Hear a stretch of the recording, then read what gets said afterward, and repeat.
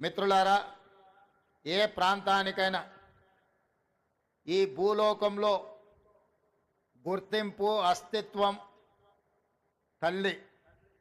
మన సంస్కృతికి సాంప్రదాయాలకి ప్రతిరూపం తల్లి.